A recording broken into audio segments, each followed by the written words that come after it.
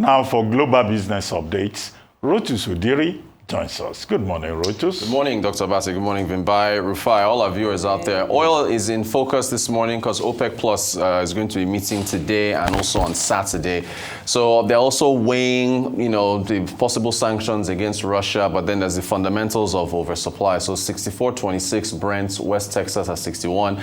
Nigeria's benchmark, you were all talking about debt earlier, 75. So, as has already been stressed here, we've got funding issues going forward. So OPEC the ministerial committee will be meeting later on today, and I think a decision will be made on Saturday or so with respect to July's outputs, whether they're going to be, adding more barrels to the market as they've already indicated for May and for June. And then just to remind everyone, your non-OPEC plus members, oil-producing nations like the US, Brazil, Canada, they have all been pumping oil out there, which is adding to what we're seeing in terms of supply in the markets.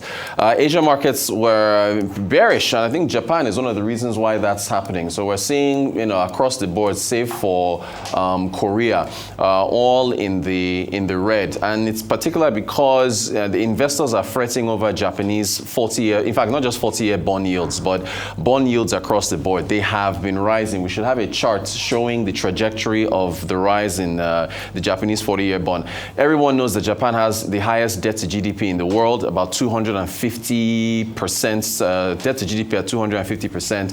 We know that Japan has been raising interest rates, so there's a worry with respect to how the Japan is going to pay back its debt. Most of that debt is domesticated, right? Okay, yeah, so here's the chart finally.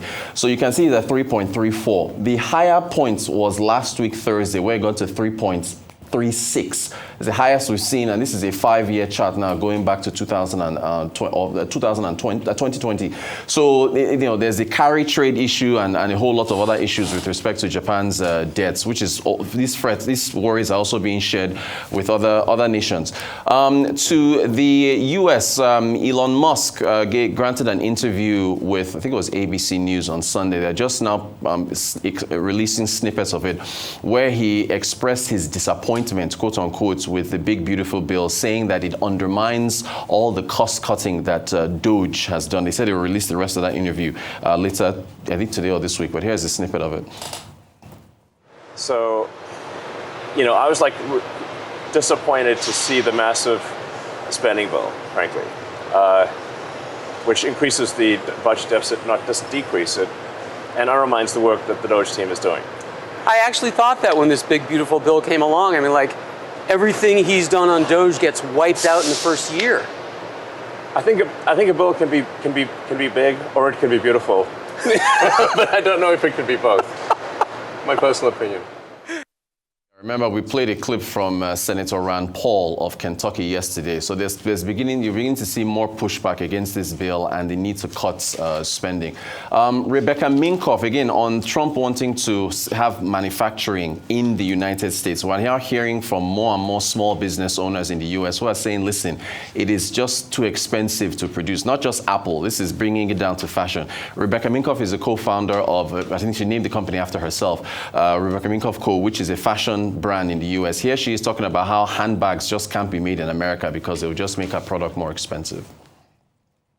Start with the infrastructure. There is no handbag infrastructure in America anymore besides a couple of small factories in New York City. So not only would we have to build a factory that could make the amount of units we're trying to make, but we'd have to bring back hardware manufacturing, bring back tanning and leather. I mean, these are all things that are purchased overseas and assembled, whether it's China or where we make in Cambodia and Vietnam. And so you're asking for, if you want this to really work, give us grants to build factories, give us several years of tariff breaks in order to make these things happen. And then we'd love to make in America. It just right now, if I were to switch everything to America, my price would double. And my consumer is not here for that. All right, I think you've already touched on this. President Tinubu seeking external funding. The Ministry of Finance, put out a press release stating that, listen, it's part of the medium-term expenditure framework. Much of this borrowing is project-tied. It's just also for the states as well as the federal government. They are project-tied loans, majority at concessional rates from the World Bank, AFDB, and the like. And that also, I think, we're coming down from the 90% level of debt to revenue ratio. So that's pretty much our updates for today. So a couple of things, like We don't have time for a chat. Just one Oh, sentence. okay. So like we highlighted, all he has taken so far is about over 40-something trillion based on some computation. People can dispute that. If this is also passed, cumulatively, this is about 45 trillion. We'll be inching up to over 90 trillion. You know, so we also need to look at that. And is Elon Musk learning the hard way?